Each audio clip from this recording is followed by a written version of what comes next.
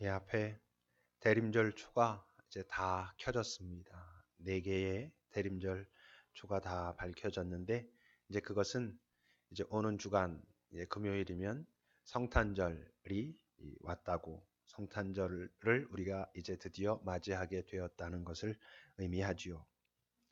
성탄절, 거룩한 탄생 뭐 이런 뜻이겠죠.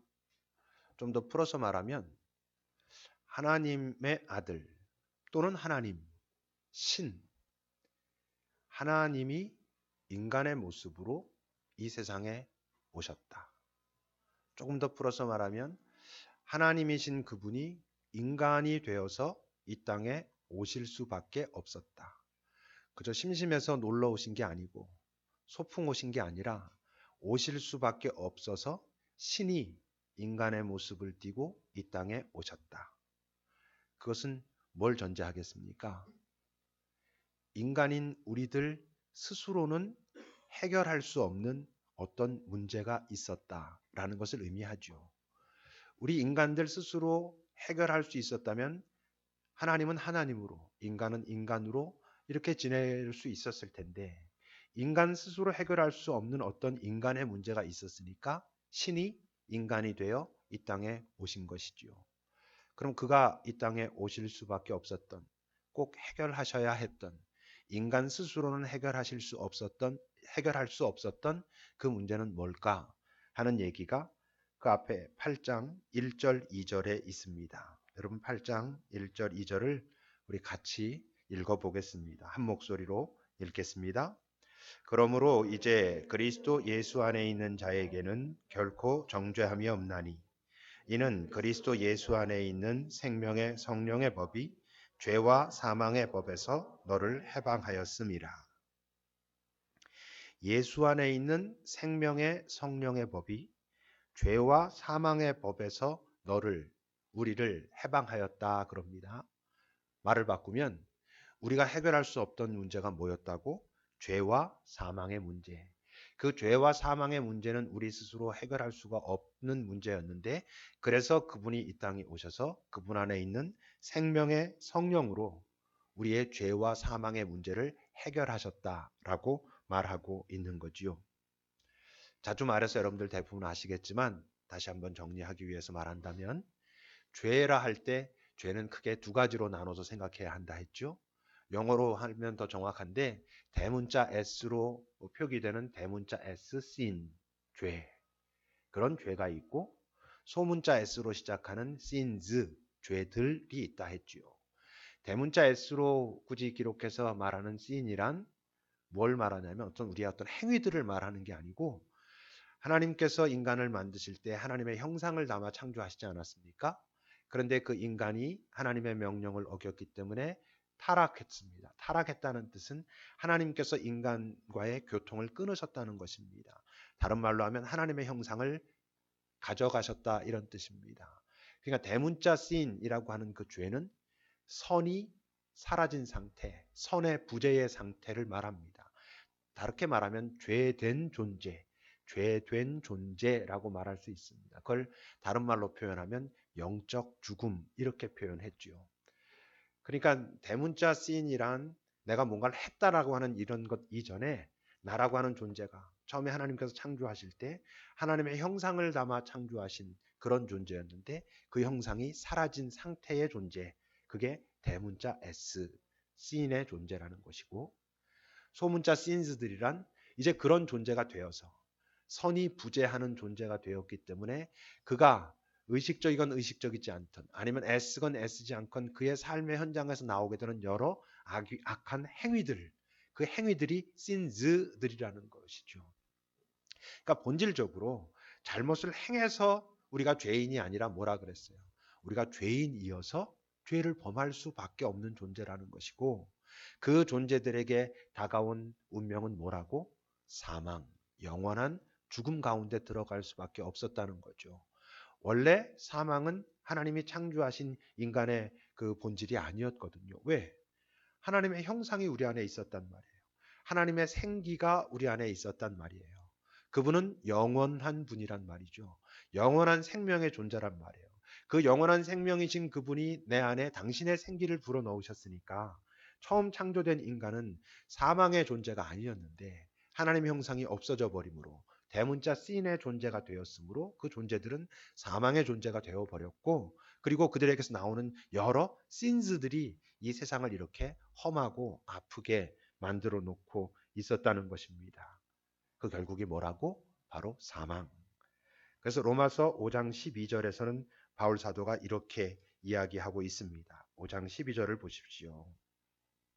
그러므로 한 사람으로 말미암아, 이 한 사람이란 우리 처음 인간 아담과 하와를 말합니다.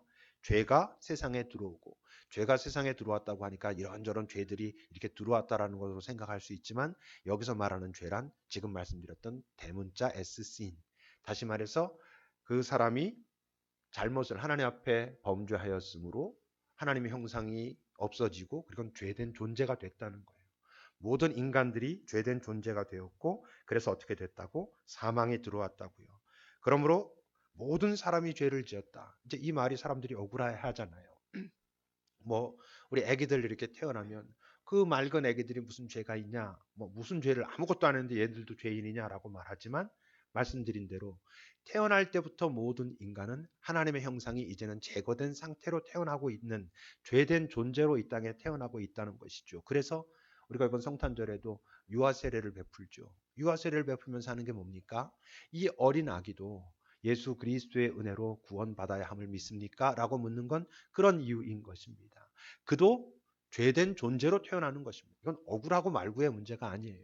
그냥 그런 존재라는 것이죠. 그런데 예수 그리스도의 은혜로 그가 거듭남으로, 영적으로 다시 살아남으로, 하나님의 형상을 회복함으로 하나님과 다시 화해하게 되고, 그래서 이젠 사망으로부터 벗어나게 된다, 이런 이야기를 하고 있는 것이죠. 그래서 모든 사람이 죄를 지었으므로 사망이 모든 사람의 결국의 운명이 되었다. 그런데 어땠다고? 예수께서 이 땅에 오심으로 그분이 가지고 계신 그 생명의 성령의 법이 죄와 사망의 법에서 우리를 구원했다라고 말하고 있습니다. 그러니까 여러분, 우리 인간들이 여러 문제를 가지고 살지 않습니까? 지금 여기 있는 여러분들도 다 각자의 어떤 삶의 문제들이 있지요. 그 여러 문제들이 있는데, 지금 우리가 말했던 이 죄와 사망의 문제만큼 본질적인 문제가 어디에 있겠습니까? 이 죄와 사망의 문제는 이 땅에서 우리가 이렇게 호흡하는 동안에만 우리에게 닥쳐오는 문제가 아닌 것이잖아요. 여러분, 만약 여러분들이 지금 가지고 있는 그 모든 문제가 해결됐습니다. 그러면 지금 얼마나 숨쉬기도 힘들었던 사람들이 아이고 이제 좀 살겠다라고 숨쉴 사람들이 많이 있겠습니까? 그런데 그런 모든 문제가 해결됐다 할지라도 이 죄와 사망의 문제가 해결되지 않는다면, 이 땅을 사는 동안 나름대로 편안하게 아무 문제 없어서 너무 좋네 하고 살았는데 그것이 끝이라면, 그러니까 여러분, 부자가 무언가를 어려움 없이 가진 자들이 하나님 나라에 들어가기 어렵다라고 말씀하신 게 왜 그러겠어요? 이 땅에서 아무 문제가 없는 사람들은 이 땅이 전부이기를 바라는 거예요. 또 전부이어야 하는 것이죠. 하나님이 별로 필요하지 않다라고 느끼게 되거든요. 많은 것들을 가졌으니까 하나님 별로 필요 없고, 그러니까 그런 사람들은 이 땅이 전부여야 되는 거예요. 그러니까 요즘은 뭐 과학이 발달해서 그 사람이 죽을 때쯤 되면 냉동시켜 놨다가 이 다음에 어느 순간 더 생명을 연장할 수 있을 때 연장시키겠노라고. 그래봤자 유한한 어떤 세상인데, 그들은 결코 뭐가 있으면 안 돼? 영원한 시간이 존재하면 안 되는 것이죠. 하나님의 나라가 존재하면 안 되는 것이죠. 다시 말하면 하나님이 존재하면 안 되는 거죠. 이 땅만 존재하고 이 땅에 사는 동안만 잘 사는 것, 그것으로 내 삶은 좋아, 노세노세 젊어서 노세 하게 된다고 하는 거지요. 그러니까 예수 믿은 우리를 이 땅에서 이런저런 삶의 문제를 가지고 있음에도 불구하고 예수 그리스도를 내가 믿음으로 내 주님께서 나를 구원하셨다. 영원한 생명 가운데로 이제 내가 사망의 존재가 아니라 이제 그 사망을 벗어난 영원한 생명의 존재가 되었다고 고백하는 우리들을 이 땅에 두신 이유가 뭐라고? 그것을 알지 못하는 자들에게도 마치 이 땅의 전부인 것처럼 이 땅의 문제만 없으면 그것이 잘 사는 거니까 무슨 수를 써서라도 이 땅의 문제를 없애는 것이 좋은 거라고 말하는 그 사람들에게 아니야. 그런 것들이 해결된다 할지라도 우리 인간들이 가지고 태어날 수밖에 없었던 그 죄와 사망의 문제를 해결하지 않으면 결국 안 되는 거야라는 것을 사람들에게 말하라고, 알려주라고, 보여주라고 우리들을 아직 이 땅에 살려두신 거지요. 근데 이제 그러려면 먼저 어때야 되겠어요? 우리 자신이 이 세상에 대해서 뭔가 당당하고 자유로워야 사람들에게 너희들 지금 이 땅에서 그거가 전부인 것처럼 그렇게 살지만 그게 전부 아니야 라고 말할 수 있을 텐데 뭐 우리 자신이 자유롭질 못하니까 이 세상에 대해서 항상 찌질하게 항상 징징대고 있으니까 그걸 보여주기가 어려운 거지요. 가끔씩 제가 그 예로 드는 아니 오늘 저녁 때 그 가족들 뷔페 가기로 했는데 점심 때 친구들이랑 5명이 모여서 목동 분식 갔는데 3인분밖에 시킬 수 없어갖고 3인분만 시켰는데 저녁 때 뷔페 간다고 했는 녀석이 가장 적극적으로 덤벼 들어가지고 막 먹으면 너 저녁 때 뷔페 간다는 거 진짜야? 이러지 않겠어요. 그죠? 어? 나 저녁 때 뷔페 가니까 난 떡볶이 한 개만 먹으면 돼. 이렇게 말해야지. 아, 너 진짜 저녁 때 거기 가는구나. 이렇게 되겠지요.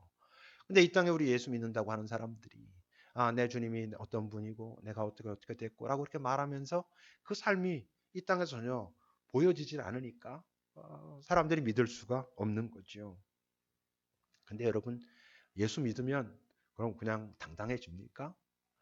그러니까 예수 믿는다는 게 뭔지를 알아야 되는 거죠. 도대체 예수를 믿었기 때문에 만들어지는 당당함은 도대체 무엇을 알고 무엇을 확신하고 그때 생기는 것인가 하는 이야기가 오늘 본문 37절부터 나오고 있습니다. 오늘 본문 37절부터 보면요. 우리라고 되어 있는데 이걸 나로 다 바꿔서 읽어보면 더 분명해져요.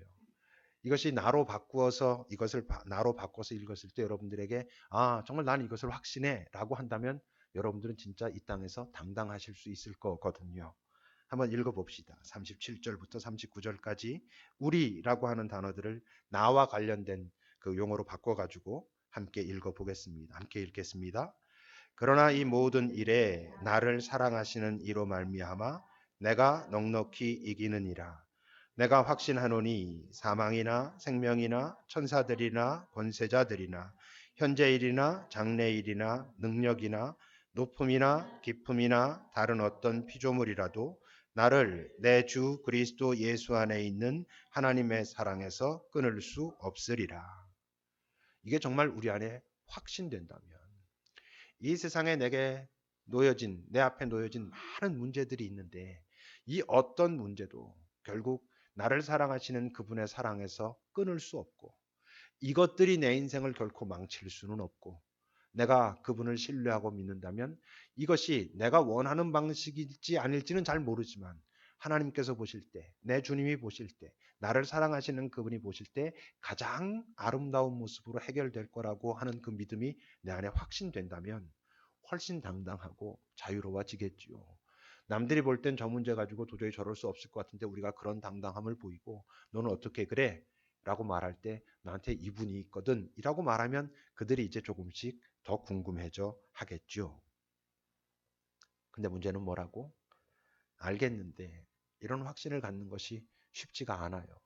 왜 쉽지가 않아요? 우리가 살고 있는 우리의 삶의 상황들이 나로 하여금 이런 확신을 갖고 아무 문제 없이 딱 버티고 살게끔 해주지를 잘 않거든요. 오늘 본문 31절부터 보면 5개의 질문이 나와요. 질문이라기보다는 나름대로 바울의 입장에서는 고백이에요. 근데 그 고백이 우리가 읽을 때는 다 받아들이기가 좀 어려운 고백들이에요. 이 고백들이 우리에게 어려운 이유는 우리의 삶의 현장에서 이렇게 느껴지지 않을 때가 참 많이 있거든요. 하나씩 한번 읽어봅시다. 31절입니다. 31절 함께 읽겠습니다. 그런즉 이 일에 대하여 우리가 무슨 말하리요? 만일 하나님이 우리를 위하시면 누가 우리를 대적하리요? 여기까지. 바울이 누가 우리를 대적하겠느냐? 이렇게 말했어요. 근데 어때요? 이 대적한다는 얘기는 누가 나를 공격하겠느냐? 누가 나를 억압하겠느냐? 누가 나를 누르겠느냐? 이런 뜻인데 뭐 돌아보면 사방이 적인 경우가 얼마나 많아요. 상황들은 전부 나를 힘들게 하고 나는 낑낑거리고 있고 어떻게 해야 될 줄도 모르겠고 이런 상황들이 얼마나 많냔 말이죠. 바울 사도는 나름대로의 내공을 품고 아무도 나를 대적할 수 없다라고 말하는데 우리는 다 나를 대적하고 있는 것 같은 경우들이 얼마나 많아요. 자꾸 나를 흔들어대고 그것들이 나한테 굴복하기는커녕 오히려 나를 만만하게 보고 심지어 나를 조롱하는 것 같이 느껴질 때도 얼마나 많은지 몰라요.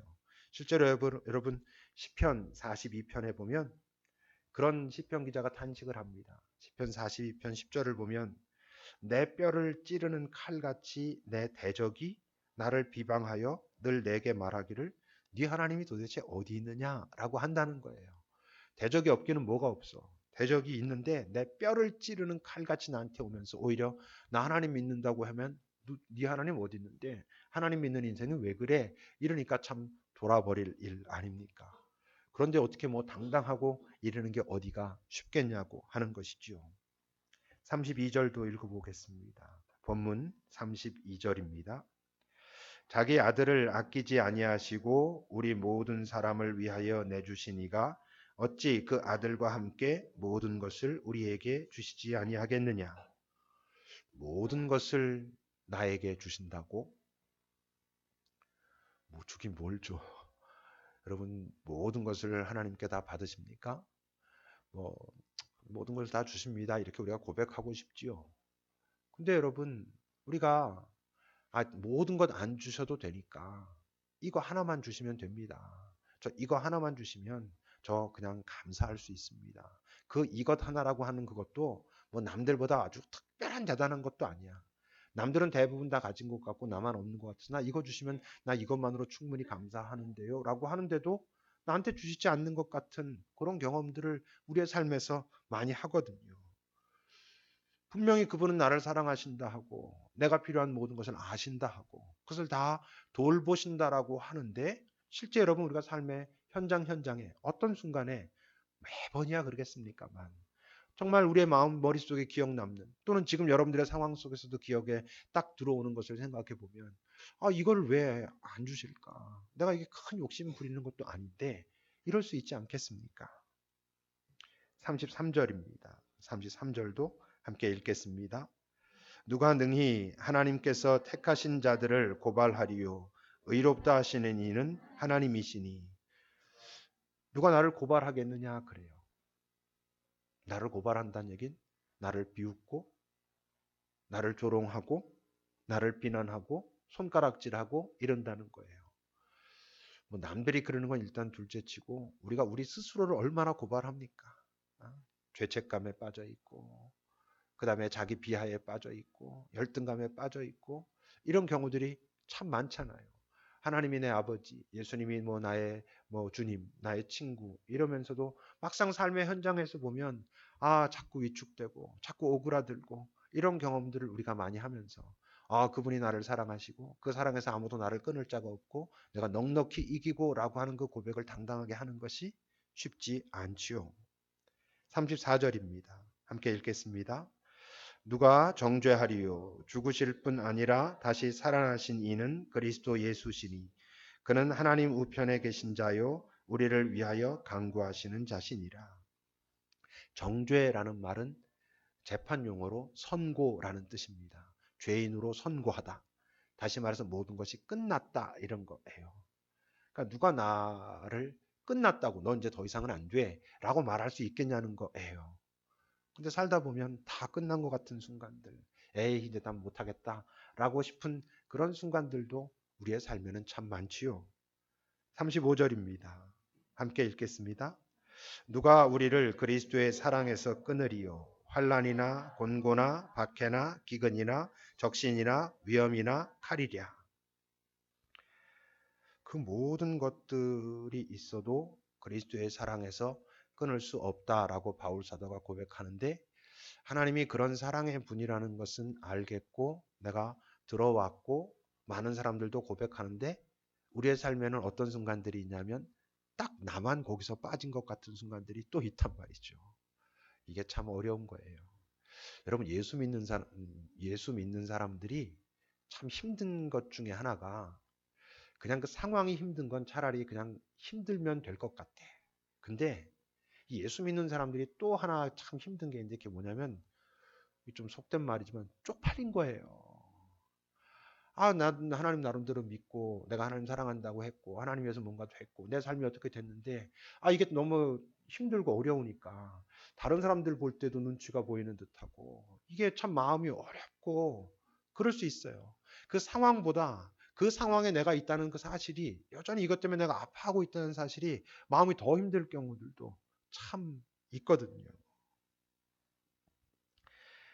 그러니까 바울 사도는 나름대로 자기의 신앙의 고백으로 그리고 어쩌면 자기의 경험으로 이런 선언을 하고 있는데 실제로 믿음이 연약한 우리들은 이 상황이 이렇게 경험되기보다 지금 우리가 같이 나눈 대로 실제 내 삶에서는 그렇지 않은 순간들이 너무 내 안에 있어서 어렵고 힘들게 남아있는 경우들이 있잖아요. 여러분 이런 순간 지금 우리가 나누었던 내 삶에서 그런 순간들에 딱 맞닥뜨렸을 때 제일 별 볼 일 없어 보이는 게 뭔지 압니까? 그게 뭐냐면 믿음이에요, 믿음. 믿음이 참 별 볼 일 없어 보이는 거예요. 이거 믿음이라는 걸 계속 갖고 있는 게 이게 맞는 건지. 정말 뭐 그리스도의 사랑이 크고 나를 그 사랑에서 끊을 수 없고 나는 언제나 안전하고 나는 뭐 잘 될 것이고 이런 믿음을 내가 갖고 있다는 것이 이게 뭐 맞는 건지 이게 믿음이 필요하긴 한 건지 확 던져버리면 안 되는 건지 던져버리지 않고 그나마 들고 있는 것도 혹시라도 던져버렸다가 진짜 망하면 어떡하나 그런 불안감 때문에 그렇지 뭐 그걸 완전히 믿어가지고 이런 것도 아닌 경우들이 우리의 삶에 얼마든지 있지요. 네, 여러분 믿음이 뭐라고요? 믿음이 가장 필요 없는 순간은 어떤 순간이라고 생각하십니까? 믿음이 가장 필요 없는 순간은 내 인생이 그냥 잘 풀려갈 때는 별로 믿음이 필요 없어요. 믿어지면 믿음이 필요 없지요.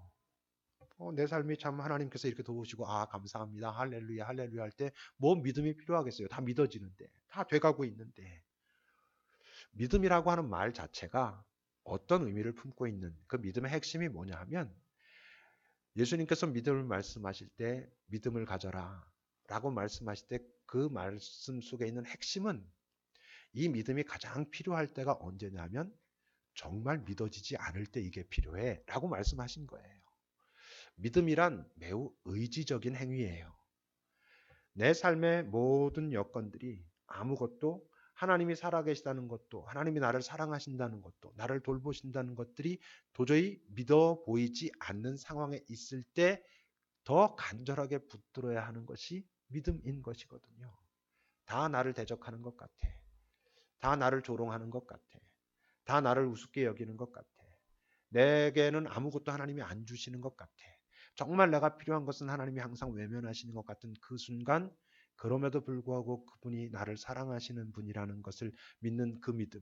그게 가장 어쩌면 하나님께서 조금은 우리를 안쓰럽게 또는 미안하게 생각하시면서도 네 그 믿음이 귀하다. 그리고 그 믿음은 결코 없어지지 않아. 그 믿음의 결국을 네가 보게 될 거야 라고 말씀하시는 순간이라고 하는 것이죠. 우리가 붙잡아야 하는 건 어떤 상황에서 일어나는 내 느낌이 아니에요, 여러분.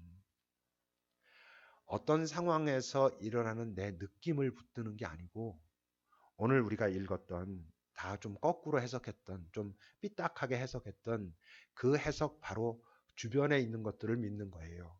여러분 31절부터 다시 한번 보십시오. 다 우리를 대적하는 것 같을 때에도 하나님이 나를 위하신다는 것을 믿는 것, 나를 지키신다는 것을 믿는 것, 내 상황을 알고 계신다는 것을 믿는 게 믿음인 거예요. 32절을 보면 아무것도 꼭 내가 원하는 것은 주시지 않는 것 같은 그런 마음이 들어서 섭섭하고 소외감을 느끼는 그 순간에도 근데 그분이 나를 선택하기 위해서 당신의 아들을 죽이시고 나를 살리셨다. 나를 선택하셨다. 그렇다면 그분이 나에게 다른 뭔가 아까운 게 있어서 나 요건 너한테 못 줘. 내 아들은 죽여서 너한테 줬지만 다른 것은 못 주겠어라고 하실 것은 없을 텐데 그렇다면 그분이 알고 계시다면 이것 때문에 내가 잘못되지는 않겠구나라는 것을 믿는 게 믿음인 것이죠. 나 자신을 내가 고발하는 것 같고 나는 다 끝난 것 같은 그 순간에도 하나님이 나를 선택하시고 나를 의롭다 하셨다. 그리고 다 끝난 것 같아 보이지만 바로 나를 사랑하신다는 분이 이 땅에선 너무나도 당연히 끝났다라고 말한 그 죽음의 권세를 깨뜨리고 부활하신 분이 지금 하나님 옆에서 나를 보고 계시고 나를 위하여 간구하고 계시다. 그렇다면 다 끝난 것 같아도 끝난 게 아니지. 끝난 게 아니어야 그분이 살아계시다는 것이지라는 것을 믿는 것. 그렇다면 어떤 상황 속에서도 나를 그분의 사랑에서 끊을 수 없겠구나.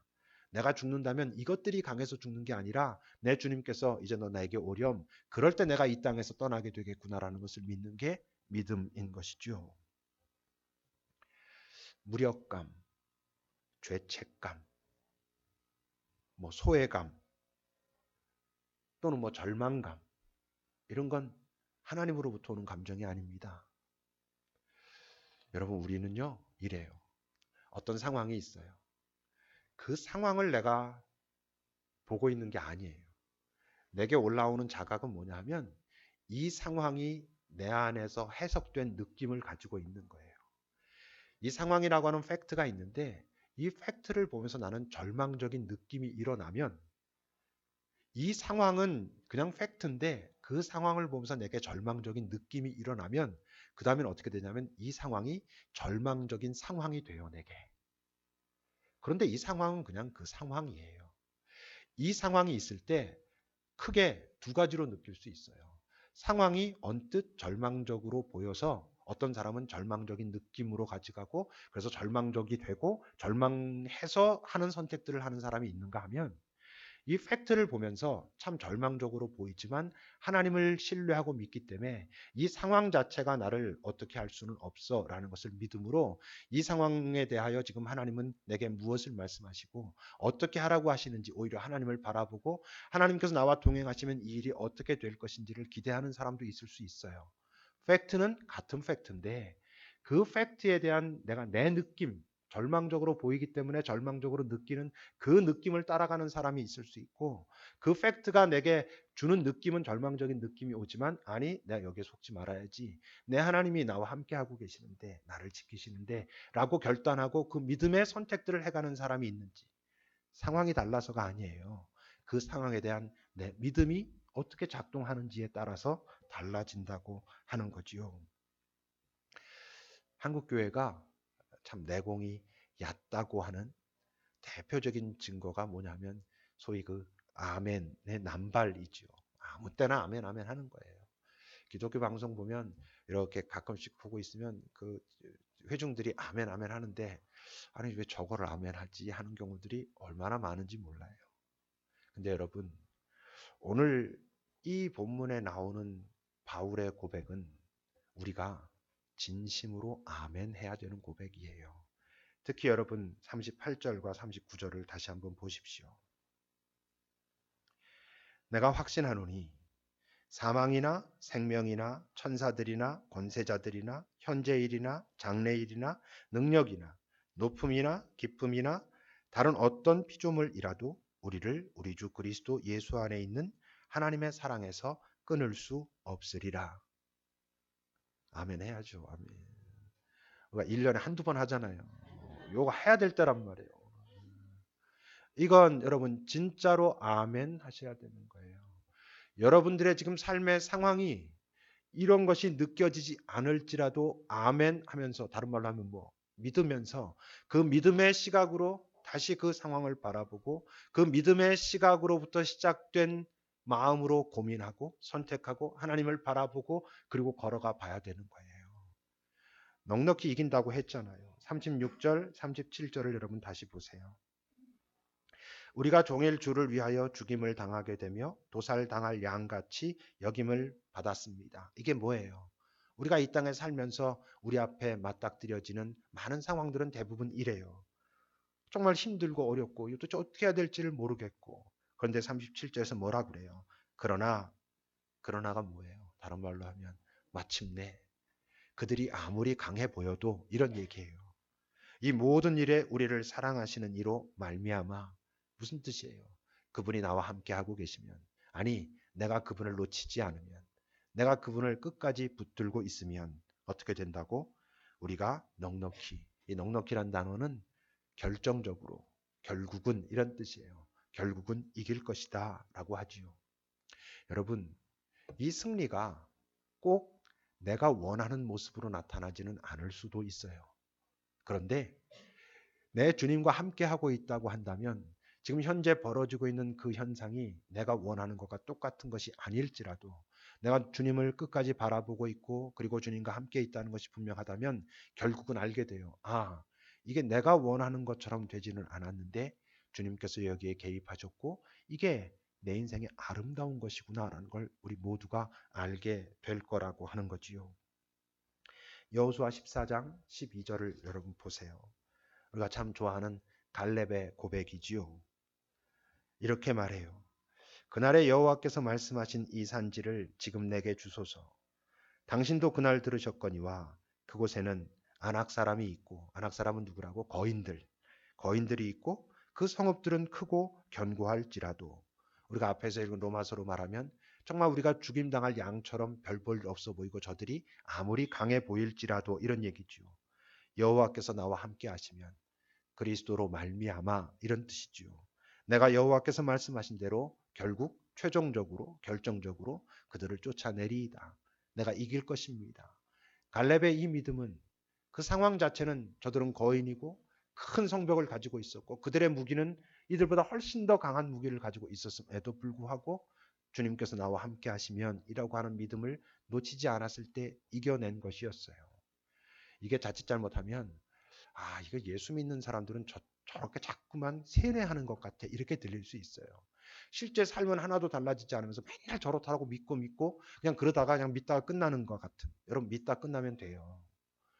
상황이 여러분들이 원하는 대로 되지 않을지라도 정말 하나님을 믿고 그 믿음의 근거에서 내리려고 선택했고 거기에 주님의 돌보심을 구했고 그래서 한 걸음 한 걸음 걸어갔는데 내 뜻대로 갔지 않아도 야고보가 죽은 것 같아도 스테반이 딱 설교 한번 하고 죽은 것 같아도 그들이 결국 하나님 앞에서 네가 참 수고하고 충성한 종이었다라고 당연히 칭찬을 들었을 것인 것처럼 우리의 삶도 다 마찬가지라 하는 거죠. 이 땅의 삶이 전부라면 예수는 우리에게 걸리적거릴 뿐이에요. 예수 때문에 못할 게 얼마나 많아요.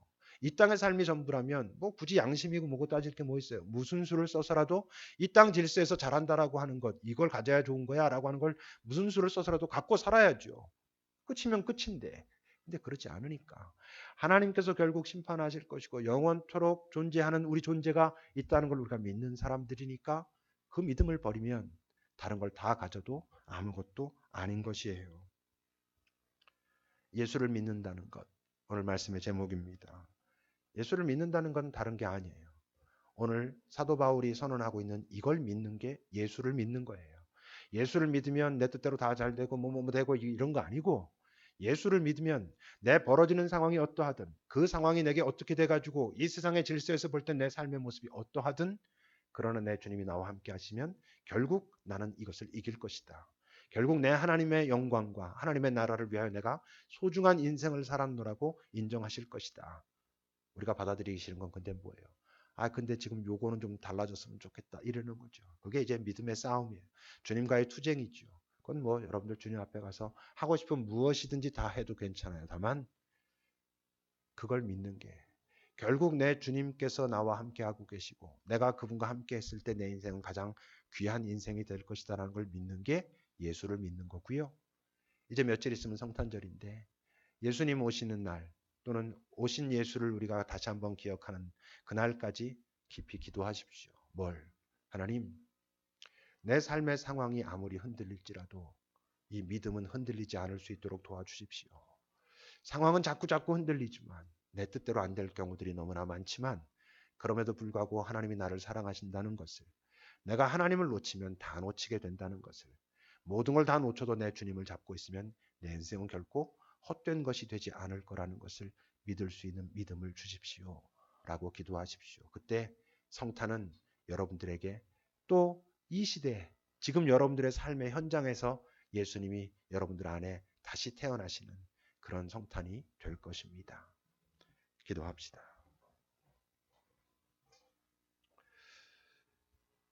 이 시간 우리 정직하게 나는 정말 무엇을 믿는가? 지금 내게 벌어지고 있는 상황에 대한 내 느낌을 믿고 있지는 않은가? 잘 살펴보셔야 됩니다. 그런 경우들 참 많거든요. 그 상황을 보면서 나는 사랑받고 있는가 사랑받지 못하고 있는가를 판단하고 있지는 않은지, 아니면 그 상황이 무엇이든지 내 주님은 나와 함께하고 계시고 나를 여전히 사랑하신다는 것을 나는 정말 붙들려고 애쓰고 그분 앞에 나아가고 있는지 여러분 잘 살펴보십시오.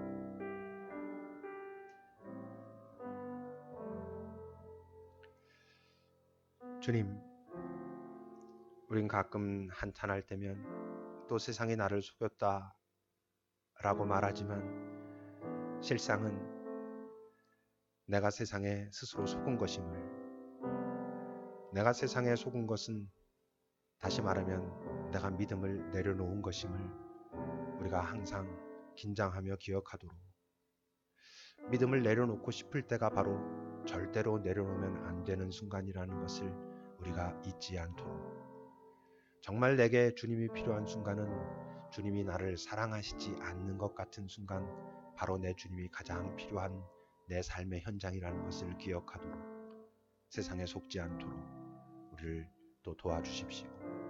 우리의 삶이 끊임없이 흔들리지만 그 삶에서 살아가고 있는 우리의 믿음은 지켜낼 수 있는 그 믿음을 우리에게 주십시오. 예수님의 이름으로 기도합니다. 아멘.